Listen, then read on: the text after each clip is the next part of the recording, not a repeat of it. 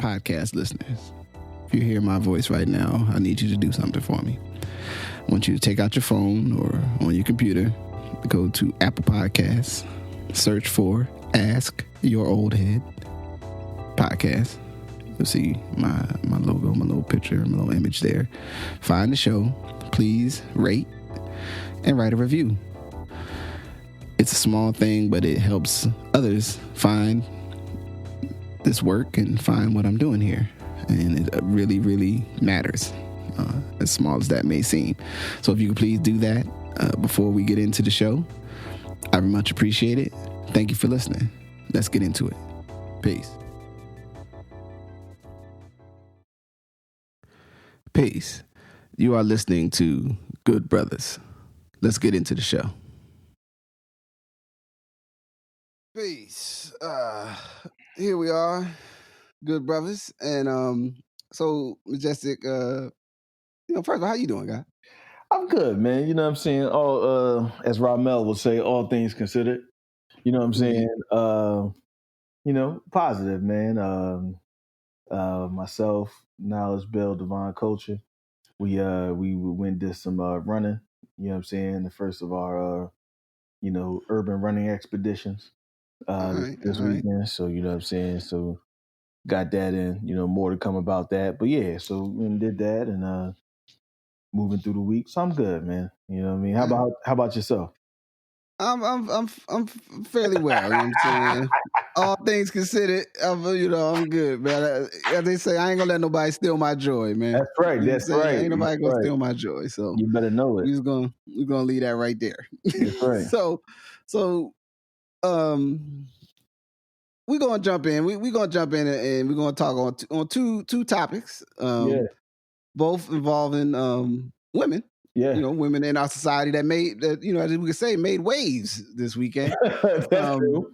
You know what I'm saying? We're gonna start on one and it's always, and that's why I want to preface this. So for those that's listening, it is always important, I think, that men are mindful when you're about to have a conversation about what women are involved in or are doing in public. You know what I'm saying? That we honor, and speak to the reality, sexism and the way those concepts and dynamics may impact things that could be said or said or would want to be said. Mm-hmm. I don't know. I'm trying to get in the right range. So we're gonna try to, as I think in the healthiest way possible. WAP is the name of the song, and so I want to give people some structure. Because I want people to understand. Because see, like what happens with things in popular culture, when people are highly invested in popular culture, they assume everybody else is highly invested in popular culture. Right. All right. At least in the part of popular culture that they think is popular. Right. Interesting. Right. That's something there. Because we assume that popular culture, obviously, to some degree, is a culture that is digested or consumed by the masses. But to your point, there's a lot of popular culture, just depending on what part of elements of culture you're dealing with. So no, thank you for making that distinction. Because I think in the area of social media, in your algorithm, you assume that what's ever bumping in your algorithm is what other people should be paying attention to. Right. So that then so WAP is a song featuring Cardi-B. It's a Cardi-B song featuring Megan Thee Stallion. Yeah. It's provocative. You know what I'm saying, to say the least. As I like to say, get the people going. Get the people going. As I like to think, with all art should be challenging. Right now, how the art challenges you may not be how you would like to be challenged. But so on that note, I mean, the song. I mean, this is the song is in reference to the operation of the sexual organs. The organs involved with sexual reproduction and pleasure and what have you. It's wet ass pussy. I'm just gonna say it. Okay, well there you go. All right. Didn't say it one time. We don't gotta keep saying it. We don't gotta keep saying it. It's already done. It's already done. It's out there now. And it's the wet and gushy on the edit version. You know what I'm saying? Yes, sir. And so as is wont to happen, especially when Black women are being overtly sexual in the public space. There's a lot of strong opinions. You know what I'm saying? There's a lot of people with feelings and thoughts and whatnot. And so I had some thoughts, and I wanted to dabble, I wanted to make some space to maybe have us talk about that or convey. So So would you like to hear my thoughts first? Or would you like to share a thought? I think you're going to be much more well-spoken and articulate well, thank you. around it than I am. So, all right. Well, what I'm gonna say about the song thing is, first of all, I wouldn't even known about it, and I probably would have took longer to watch it if the rest of y'all had made such a damn stink about it, right? As if some revelation about woman, the expression of a particular perspective of sexuality from two black women in the public space. But I watched the video. Like it's some curvaceous things happening. There's boobies and butt cheeks and sculptures with things in them. There's water bubbling out, and Kylie Jenner makes an appearance for whatever reason. But ultimately, I'm gonna just say, man, like, yo, we've seen it's 2020. Like the ship has left the port, so to speak, on whatever way people thought people is gonna be. That I don't know why people are. I don't really know what people are surprised about. I don't really get it. I don't. If the implications or the concepts that, like, oh well, this, if you're on the moralistic side of, like, there's some kind of moral recompense side, I'm like, really though? I live in Oregon, right? This is one of the per capita the most strip clubs in America or something like that. It don't mean that everybody spend all their time in the strip club. It actually doesn't my damn business what they doing there. What's the name of it? What's the joint, man? I never forget. The Diablo? Club Diablo. The vegan? All I'm going to say the vegan joint. Yeah, shout out to Club Diablo. You know what I'm saying? I'm not a prude, and the chimichangas are amazing. Yeah. So and you play chess too, right? Yeah, you play chess. Absolutely. I had a great match there once. You know what I'm saying? I just, it's like, ultimately, Cardi-B ain't never lied about what she's here for.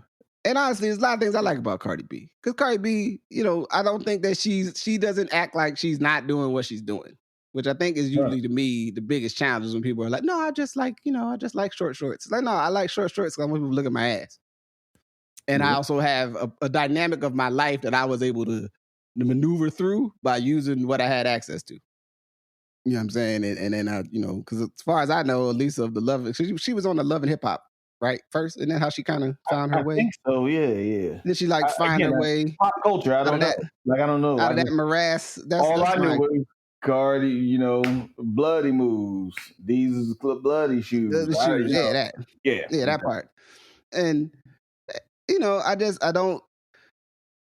I guess maybe I've been on the earth too long, but my experience has been the hubbub and uproar about anything that comes out into the popular space this way, particularly as it relates to sexual stuff, sexual realities and sexual concepts.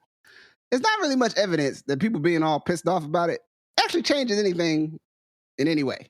It just means that people have made it known on the public record that they don't like whatever that person's doing over there. We lived through Luke. You know what I'm saying? We lived through, I'm from New Jersey, house music, Baltimore house music, Chicago, Detroit. There's a lot of nasty music out there if you want to go find it. Where somebody's talking about, pussy popping and beat and this, that, and this things happening. And all the songs I got to listen to where, some of the brothers, some of our male counterparts want to tell me about the size of their penis. At some point I'm like, hey man, fuck it. Everybody share what you feel you need us to know and what makes you feel good. Because I wasn't paying for it anyway.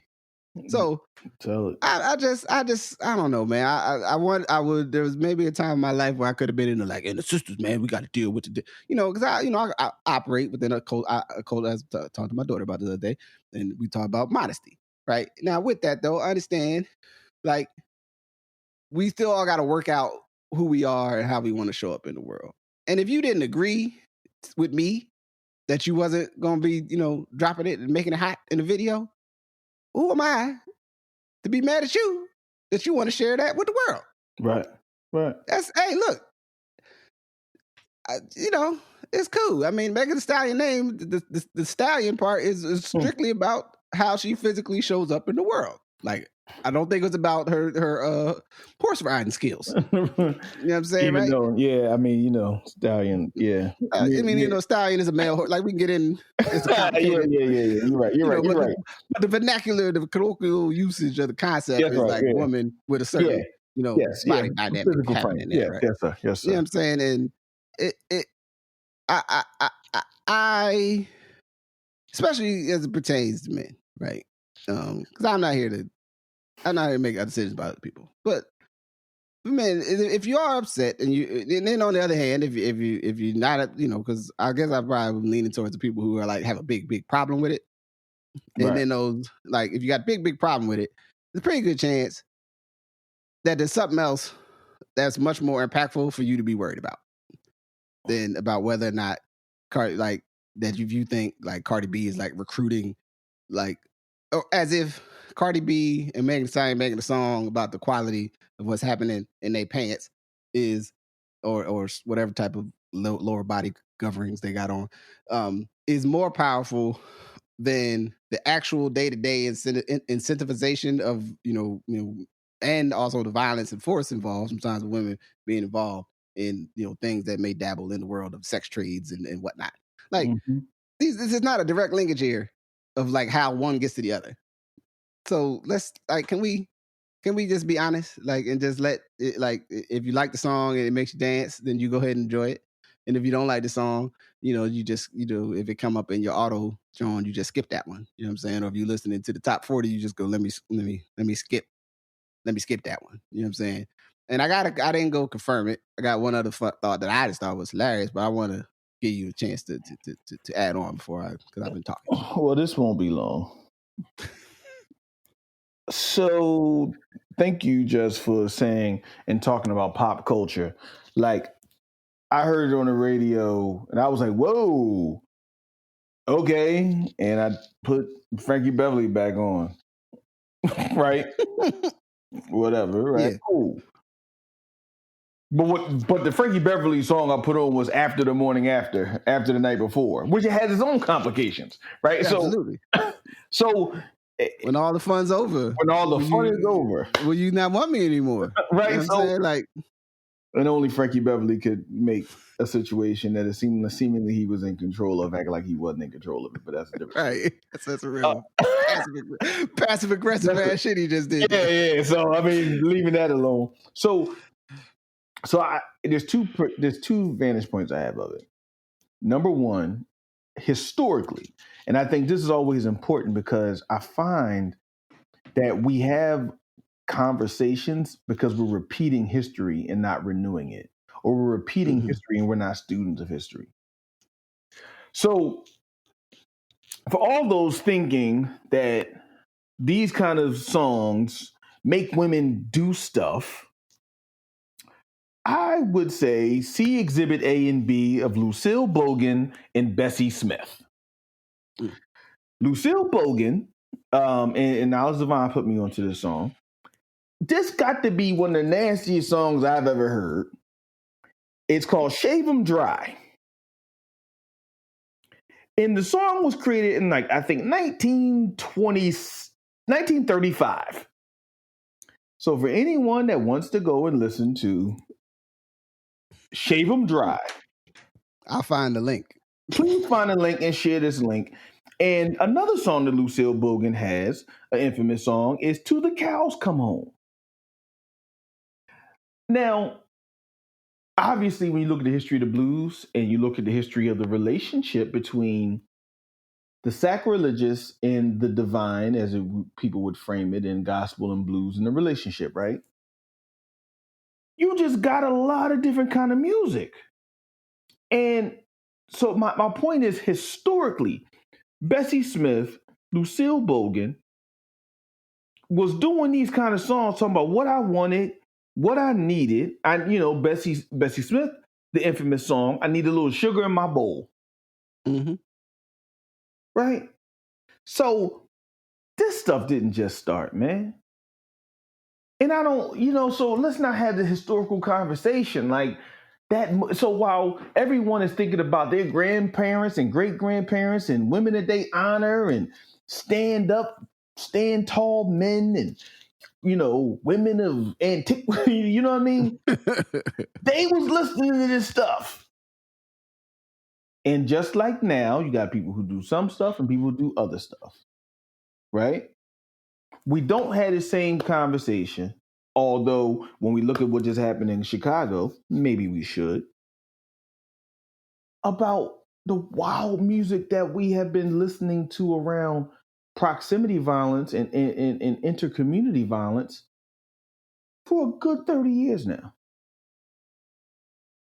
Like constantly, right? Mm-hmm. For 30 years, we've been listening to songs about people killing each other. Selling drugs, having little to no regard for men, women, children, anybody, right? But this song come out, and then now everybody's an armchair professor about what kind of woman they like.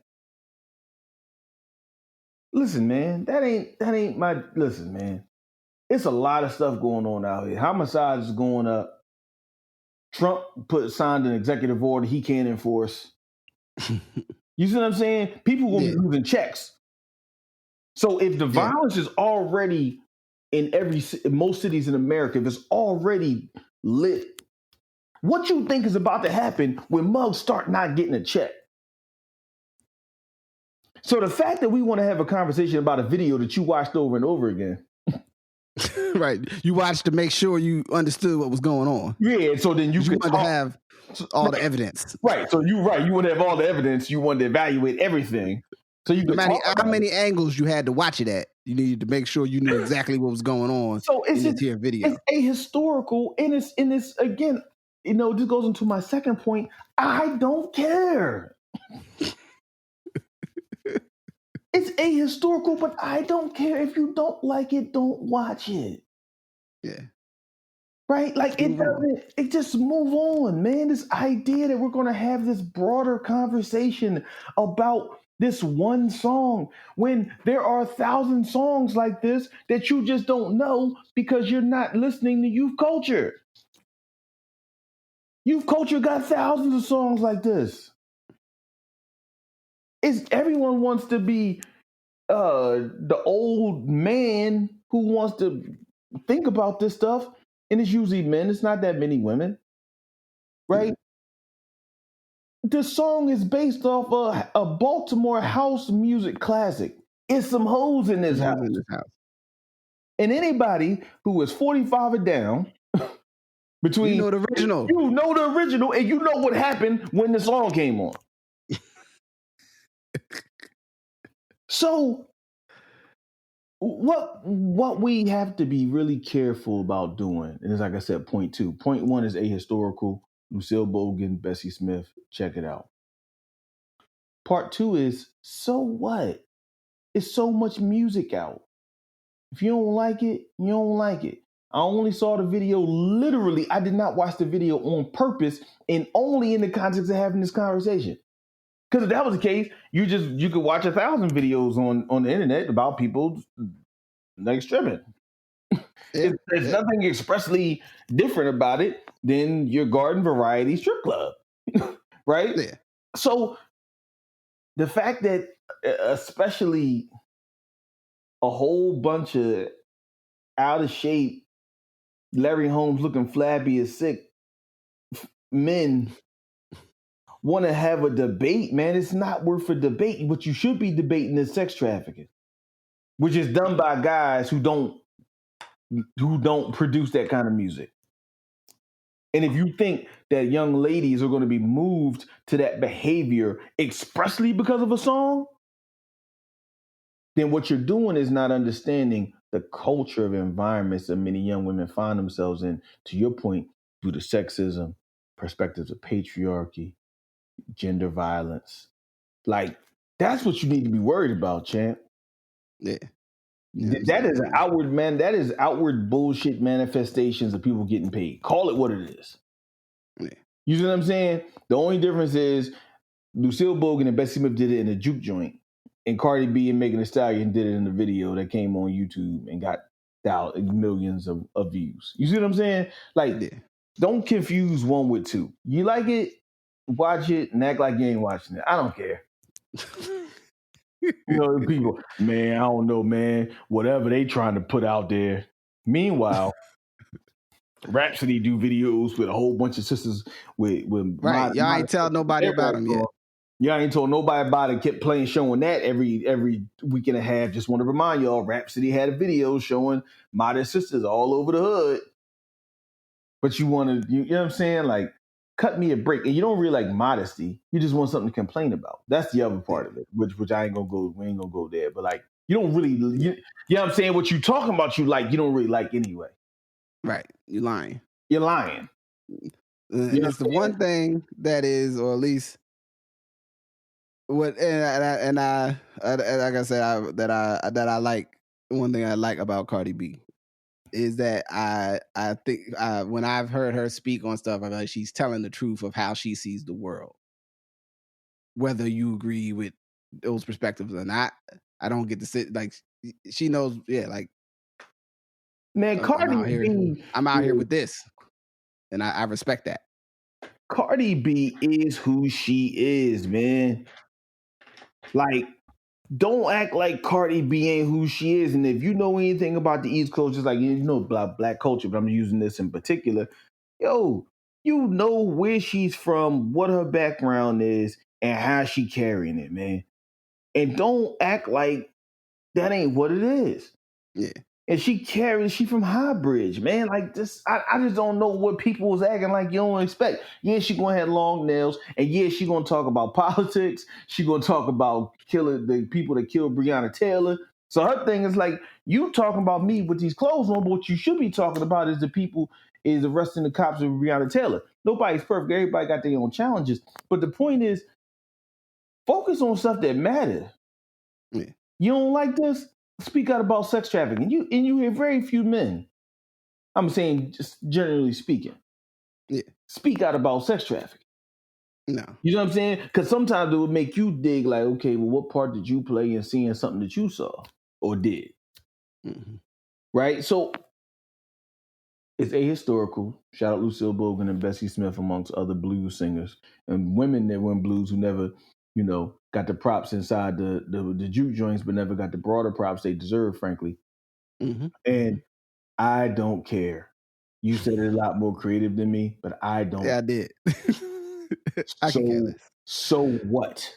We all gonna make it, man. Let's move on. Let's move on. And there we go. See, man, that was a Rod Strickland bounce pass. Go ahead, man. You know what I'm saying? Hands out. Hands out.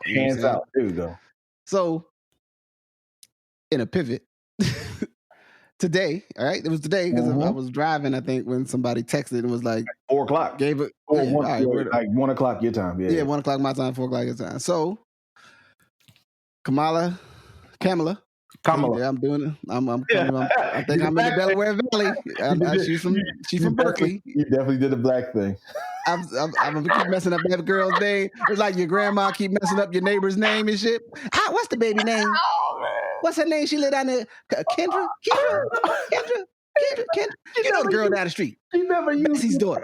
Bessie's granddaughter. Her tongue never was used in that manner. She can't even comprehend how she's using your tongue to pronounce that name. They didn't have that name. They didn't have that name when she was around. So now when you try to she try to pronounce that, she like, what?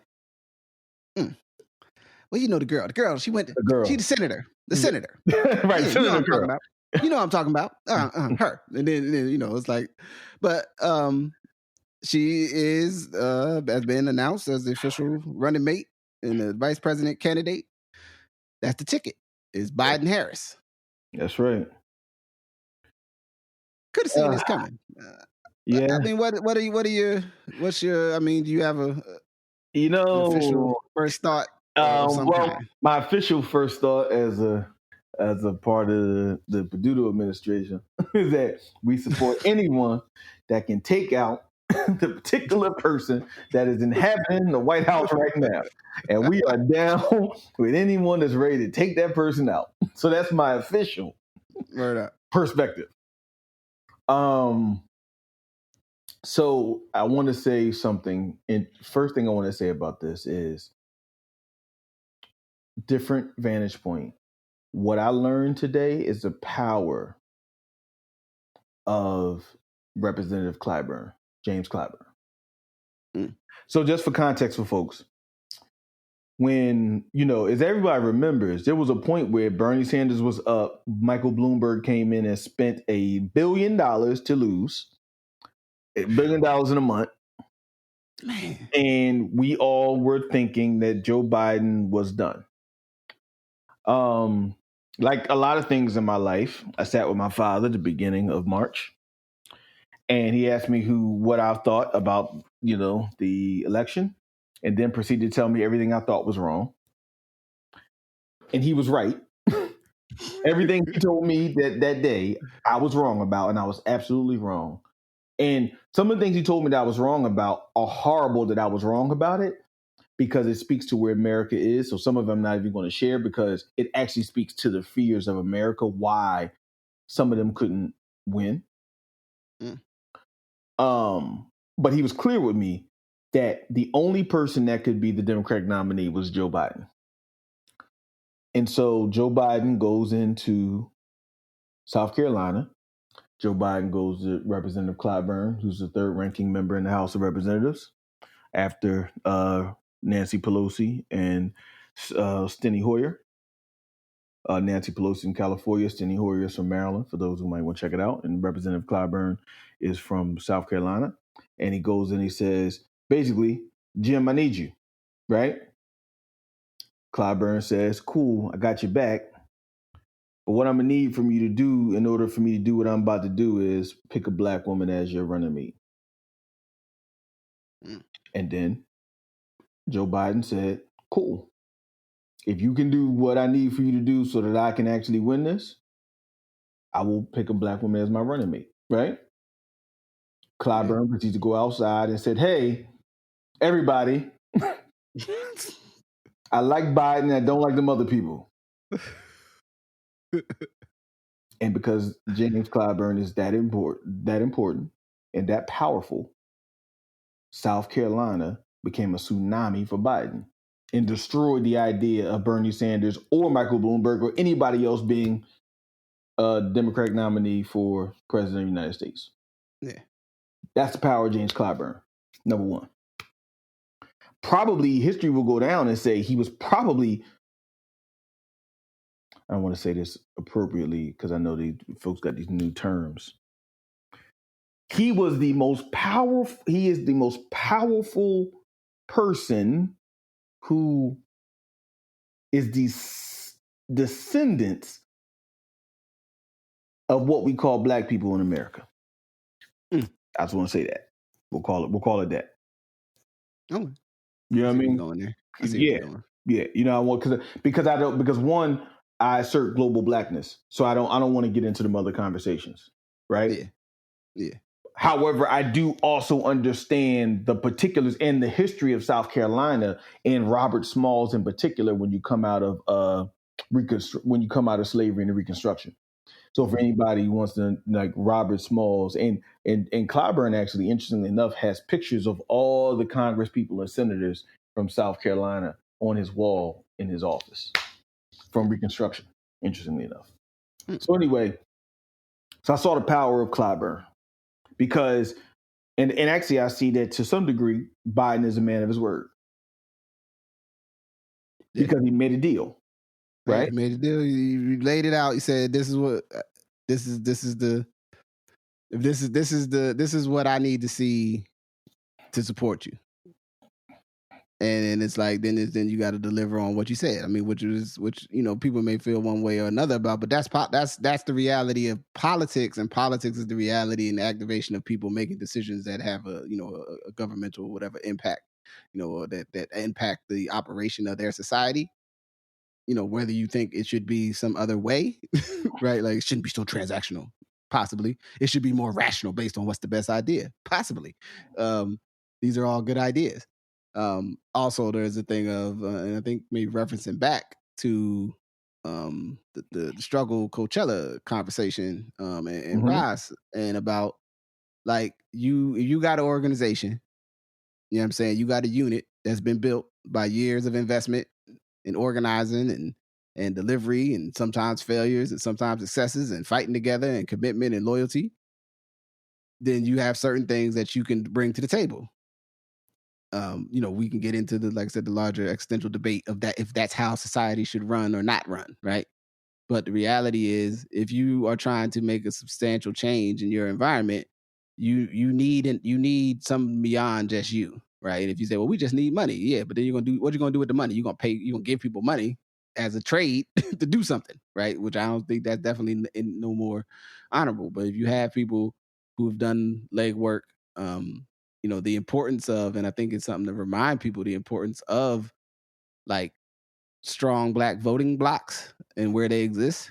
Yeah. Right. And how that impacts, larger things, and why some people spend a lot of time trying to not get you to vote. See? Right. See, there you go. You let it. You see what I did there? I see you did it there. That was was it. Yeah. Try to slide that one in there, and then the move there. Ooh. Okay. You know what I mean? And then that aligns with, the reality, and it's something that sort of tying back actually to what I shared last week and some of the ongoing. So there's some, when someone is a leader on an issue in the public space, whether as a member of government, as a community member, as a programmatic, maybe a nonprofit manager or whatever, whatever your place, when you are a person that is going out and being the public voice of something, you're always going to face criticism, right? And I'm not one that's against criticism, and you might actually face harsh criticism, right? People might not like what you had to say, and especially if you're a politician, people definitely are not going to like certain shit in your track record, and they may never forgive you for some shit that's in your track record. That's right. But there's also something to be said to having a track record, right? Because, and I've been a victim, what do you call it, a perpetrator of this crime. You don't like what they've done in their role in government, so I'll never ever vote for them, or I hate, blah blah blah blah.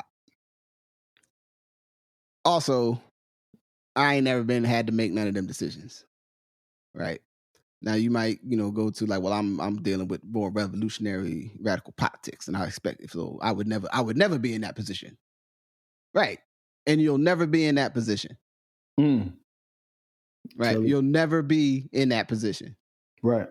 You know what I mean? You just said it. Like, you don't want to be in a spot where you got to go, damn, I'm walking down a path so that I can be the person, it ain't no small feat to be the senator of a state, let alone one of the largest states in the country, with an economy of itself that's larger than most of the economies. It would be bigger than Iraq. It would be the 8th biggest economy in the world if you separated California out from America. And let me make it clear, because I know what's coming. Right. It's going to be, the crowd that wasn't rocking with her when she was running herself, for the office. Her record with law enforcement, with criminal justice. But bear witness, right? Yes, she was a DA of a state that locked a lot of people up. Or not DA, was it Attorney General? Right? Attorney General, State Attorney General, AG. Bear witness, 100%. This life is a mess. People are skilled at certain things, and people are in certain positions. People got to parse their own values on that. If abandoning her, and I really want to be targeted because the play, I'm hoping that Black men that may be listening to this will trust us to give space and to think about it. The play is going to be to keep edging off Black men from the voting block here, and from voting for this ticket. And the play is going to be, it's an old white man, and of course he picked the light-skinned Black woman who may be spotty in her commitment to Black men. Right? They're going to drive that wedge. They're going to drive that idea. And I just need brothers to be smarter and not hit me with the Democrats ain't never did nothing with the like all of the flim-flammy. I ain't really thought about no political concepts beyond how I feel at the moment arguments that I'm going to hear and I'm going to see floating on the social media and it's all rigged and they found this other, like, I need y'all. We live on the real planet Earth and it's real decisions being made. This ain't no theoretical concept. So I'm looking at it. One, it's dope. I want to, whatever I feel, but I don't know her, deeply. I don't know California politics deeply in the context where that, like, I could have a position on her from like personal experience. My family familial connection to politics is New Jersey, right? You know what I'm saying? And then my brothers across the Delaware, what up, Twink, and that whole crew. Like, it's a monumental thing, but I think it can never be. I think it should always be highlighted when someone is in that position. There was an investment in the opportunity that they've had to make for a long time to be there. You know what I mean? And so whether you think, they're good or they're not good, whether you think they got the right platform, those things can all be developed. But, like, sometimes you guys got to give people props. Like, it ain't no small feat to be a senator. It ain't no small feat to be the attorney general of one of the largest states in the country. And it ain't no small feat to run for president. Just find that, your bid was not going to be successful, pivot and still be ready to be on the ticket. You know what I'm saying? When we come to this, which is really, I mean, of all the, you would think that electing the first black president would be the most maybe important election in the history of my life. And I'm not so sure at the moment. It's like keeping it real from where I'm at. So, yeah. No, I mean, you let that thing go, right? We use old black terminology. Woo! Start using all kind of sounds and shit that people be like, okay, I see that was serious because he made a sound. I mean, no, you're 1,000% right. You're 1,000% right. Number one, from a strategic perspective, the vote is part of a strategy. It's not all of the strategy. But if you just count the vote as a strategy, it's the same thing as just counting activism as a strategy. Right. It's the same thing as just counting money as a strategy. When you are putting together a strategy, there is nothing, to me, outside of widespread carnage that is off the table. Mm-hmm. You know what I'm saying? Like, there's certain things that are off the table as a explicit strategy to harm people, right? I think that should be off the table in a civilized society. Mm-hmm. Or repeated certain activities. Because what happens is when you do repeated what seems like antisocial activities, what happens is you actually start to foster folks against you, right? So when you start doing things against the government, you really got to be clear about how you've organized prior, right? Which is one of the things, if you look at across the world, people they organize before they do anything kind of quote unquote what people consider crazy, right? Mm-hmm. So you don't pull anything off the table. So why would you pull a vote off the table? Why would you pull the one thing that literally, if more people voted for me than you, I win? I mean, you know what I'm saying? Like, right. So this idea, right? And again, to your point, it's been over time. People have fostered this idea to make you so disconnected from a central part. And this is true, and I don't like to use elementary logic a lot of times, but if it wasn't powerful, why did they keep you from it for so long? Nah. And why are they constantly trying to keep you from it now? If it wasn't, they spend a lot of time and money to keep you from doing it. Why do they spend so much time and money to keep you from doing it? Because they know what it means. Because they know that voting and elections have consequences. And if I win, I can do what I want. And now we see what happened when someone who should never have been able to do what they wanted, did what they wanted for 4 years. There are hundreds of thousands of people who may have died because who may have died, who should not have died or may not have died because of who's in the White House right now. Like, I mean, it's actually that serious. Yeah. And this is not coming from no like, ooh, scary. But this is the reality. Like, there are people who died who didn't have to die because it didn't have to get this bad. Yeah.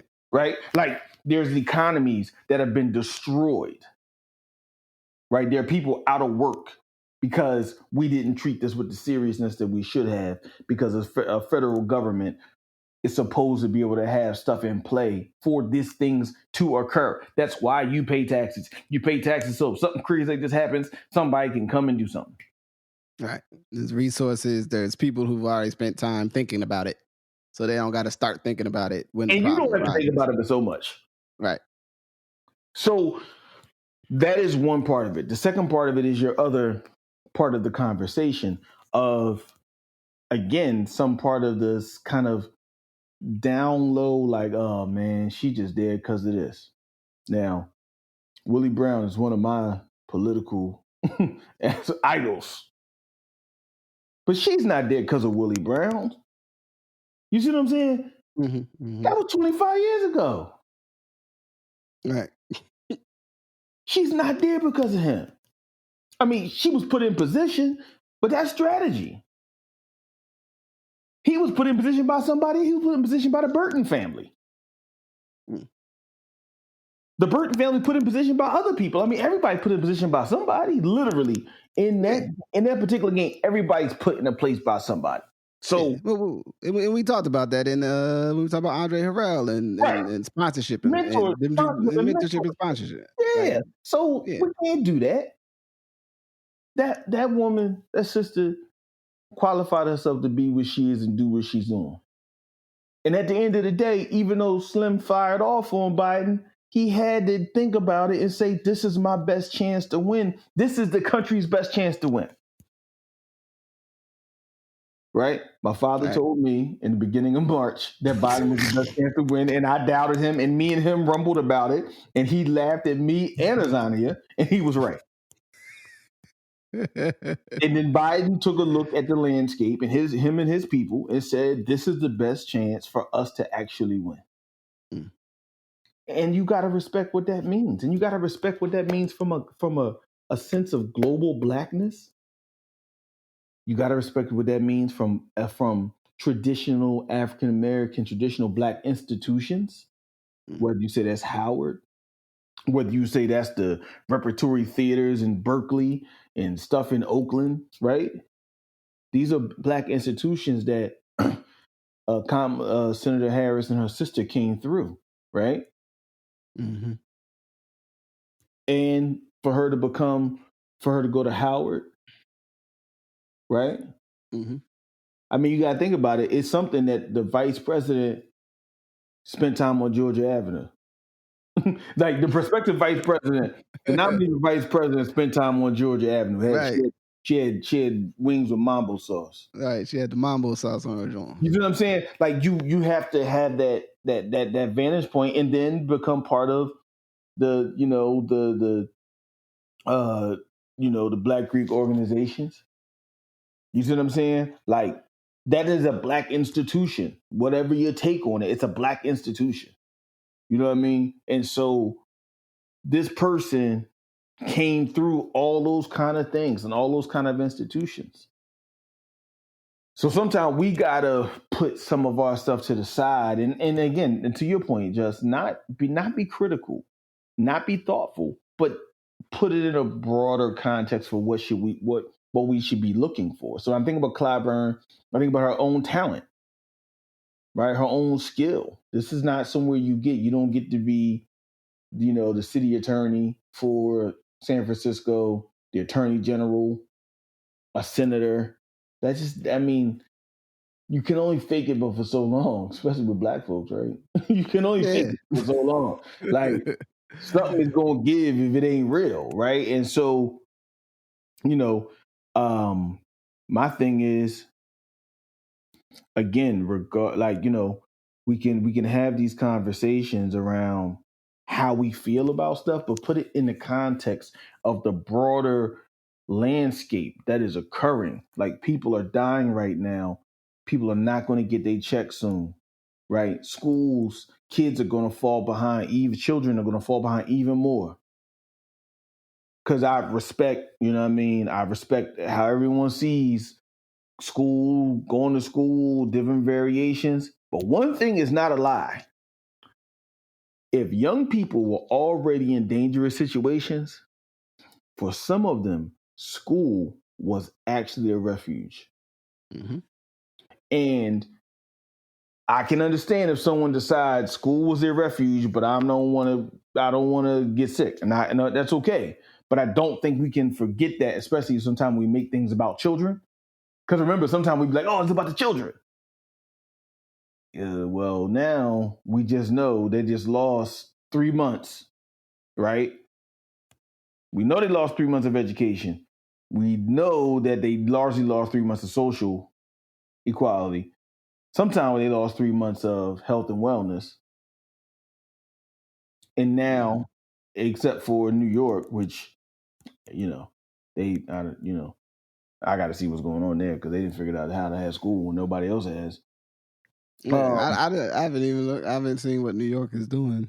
I mean, they're down to like 1%. They had like 50 cases last week, which is like, y'all had 50 cases like in the whole city. There's 13 million people. You know what I'm saying? Like, right? What y'all doing? Like, what do we need to learn that like y'all doing that everybody else ain't doing? But but just all those things, man. So, I think again, it kind of goes back to that same idea that you was really talking about. Like, just be aware of what's really behind the curtain, and there will be a whole host of things that will be said to discredit the idea specifically of black men voting for her, right? Yeah. And they coming. Man, they coming. Like our brothers. I'm gonna just say it. A lot of us as black men gonna need to like be a little bit more forceful when people come with the bullshit ass arguments. They're gonna, if you in a barbershop, you're gonna hear them. If you on Facebooks, you know what I'm saying, wherever your age group of black men hangs out, it's gonna be, yeah, man, it's a setup with the blah blah blah. She, everything that you could, every projection that dudes that dealing with them He-Man woman hater issues, you know what I'm saying, especially as it pertains to black women, they're gonna throw that right on her. And they're going to dog whistle, cow whistle, elephant whistle, bird, every kind of whistle that's out there. It's coming. It's coming, and it's coming in all directions. And we got to be smart, man. Like, folks need to be grounded in what do you want. Don't get caught up in code for this might be a good chance because it might make the people do this other thing. It's like, thousands of years of human history says, get the leader that you will serve your best need, not the leader who might spark this other thing to make the other thing happen, and the dominoes will fall, and the damn Ruberg gold machine is gonna lead to you getting a pot of gold at the end. Like, that ain't never proven to be no winning strategy in the history of humanity. Like, I'm gonna put a bad thing in so I can get the good thing because people are gonna be so mad at the bad thing. And ain't that crazy how people really that serves as a really logical thing to them? Like, it is stupid. You know what I'm saying? But again, another thing that, old black men will tell you and you don't think it's true until it's true. He told me in 16, he was like, white men, white women, and black men and Latino men will never vote for Hillary Clinton. And I was like, what are you talking about?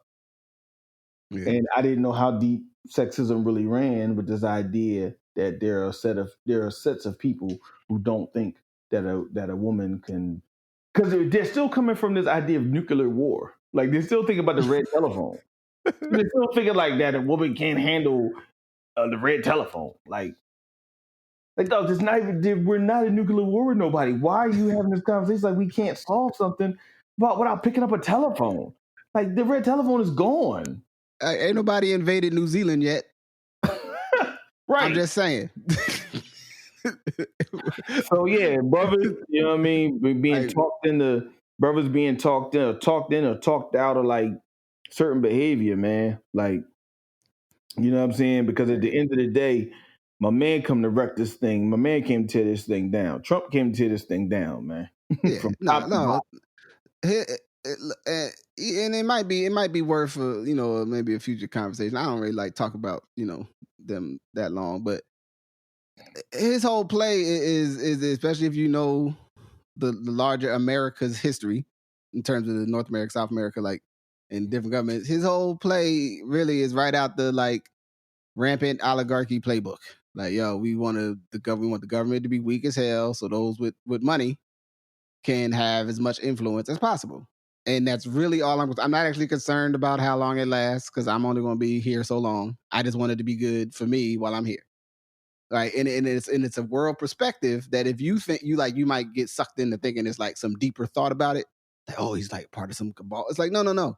It's a high level of selfishness that is then applied to all areas of your life where you go, well, how can I make this situation work for me?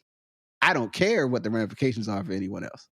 Like, and also I can never look wrong. So if anything looks like I'm wrong, I'll find a way to create doubt in the conversation and then reframe into this other thing where I'm go, well, you're just a sucker. That's why you don't like it. You're scared. So you guys like me, I'm tough. I mean, like whatever, there's a playbook for this. And if people were not ahistorical, they wouldn't fall for this dumb shit. But right, that's for another. It goes back to being ahistorical. That's right. Ahistorical is a big problem we got. You know what I mean? It was something else I wanted to add because I didn't realize, I wasn't sure, about her, her history in terms of her parents. She is also, as we could say, South Asian American. Yeah. You know what I'm saying? That the Pope's from, I thought I didn't know that. I was like, oh, okay. It was on the Wikipedia, but I was like, you can't trust the Wikipedia. You got to go find a more reputable source. Make sure you can write anything in the Wikipedia. Yeah, but so props to that. You know what I mean? Oh, no, it's gonna, and again, that's why I was trying to use that terminology a little earlier. It's going to be really important because, again, this is a kind of an important space for a lot of different folks to see themselves and really to see how, in America, you have these connections and bonds that start to really make you see the relationships of people differently. Because you see this one person and then you see that they are representative of other things. Right. Mm. But for black folks, I'm going to say, but they still show up and say they're black. Right. Right. And that's important because you can get into the other stuff and then be like, oh, man, no, Kamala Harris still says she's black. Right. Kamala Harris still shows up like that. Right. You know what I'm saying? And that's also. She's an AKA. I mean, she still shows up like in this sense. Right. And she didn't, you know what I'm saying? So I think that's like, we do have to remember that too, because if not, we'll get into this other conversation that then will kind of, again, kind of cut away from global blackness. But yes, sir. Yeah. We, so, I mean, I think it's of the things that you needed to have happen in August, you know what I'm saying? You know what I mean? Because it just this thing need to lock in right now. This is when this locks in. And the messaging goes out, and people need to, as they say, get off the bench and decide, like, is you in, is you not in? You know what I'm saying? Is you gonna be over there, commenting, is you gonna get in the mix with some of this? And the making of the world is messy. It is not the result of pristine conditions. It is not the result of sort of puritanical motivations. Like the reality of putting our thing together and figuring out how we're gonna make things move to where we want them to be means we gotta grab the people that's competent, that's ready. And some, you gotta work with you gotta dance with the ones you came with. You know what I'm saying? Like listen, man. And I just say it ain't no. Of the people who was out there, I mean, I know Susan Rice was a person that was excavating these. That was my understanding from what I did with him. I don't know who was any, another person that was. I mean, I guess Stacey Abrams. It didn't seem like people were saying her name, but I didn't know if she was really interested. Nah, it was Susan Rice, Karen Bass a little bit. But the thing about, so here's the thing, and not to go deep into this. Number one, Susan Rice had Benghazi on her jacket. Yeah. Susan Rice had being in the Obama administration, which meant she literally was the person that Donald Trump wanted to see. Yeah. Because what he wanted to do was do a Hillary Clinton, Barack Obama fight all over again. Yeah. You know what I'm saying? Like, and people shouldn't get that confused. Yeah.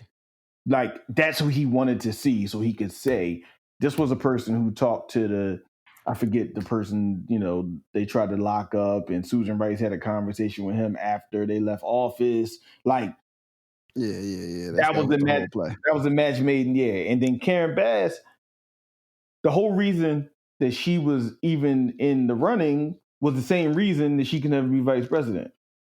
Like, she talked to gang members. Yeah, she talked about Castro. She visited Scientology. You know how big Scientology is in California? like it's a lot of stuff you might end up at a Scientology meeting in California. Exactly. So the very reason you're thinking about her is what makes her successful in her district, but what doesn't make her able to run nationally, right? And you have to.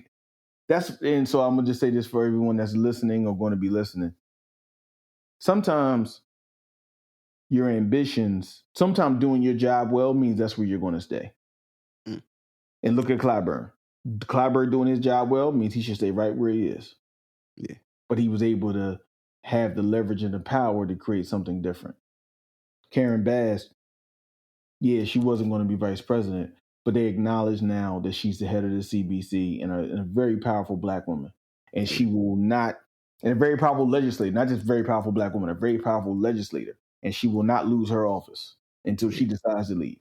So, you know what I mean? Sometimes you got to be okay with where you at, right? Sometimes you were meant to drop 60 in a summer league game and not go to the NBA. You know what I mean? Like, because, we'd be like, man, I dropped 60. Why not go to the NBA? Because you were meant to drop 60. You were meant to be the guy that everyone thinks about on summer league teams. You were not meant to be, and you were not meant to because you have agency. You were the person that was the said person of that ability to fulfill that thing at that time. You know what I mean? So, shout out. Karen I think shout out to her, man. Shout out to Karen Bass. You know what I'm saying? Get it done. So, I mean, with that, man, I think we can leave it there for this week. And then, So just all I got to say? I got to say what you got to say. Say it, God. No, I got one thing. Say one thing. Say what you got to say. I don't care. Leave them people alone. If you don't like that song, man, I'm just back to that. Leave that song alone, man. Go find something else to do. I guarantee you globally, there's something else to focus on versus do you care about that they did a song that was just like Trina or like, Jackie O in 2001. I don't care, and neither should you. All right, I'm done. All right. Thanks for coming to my TED Talk. So with that, I'm going to say, thank you for listening, and we're going to move on. See you next time. Peace. Peace.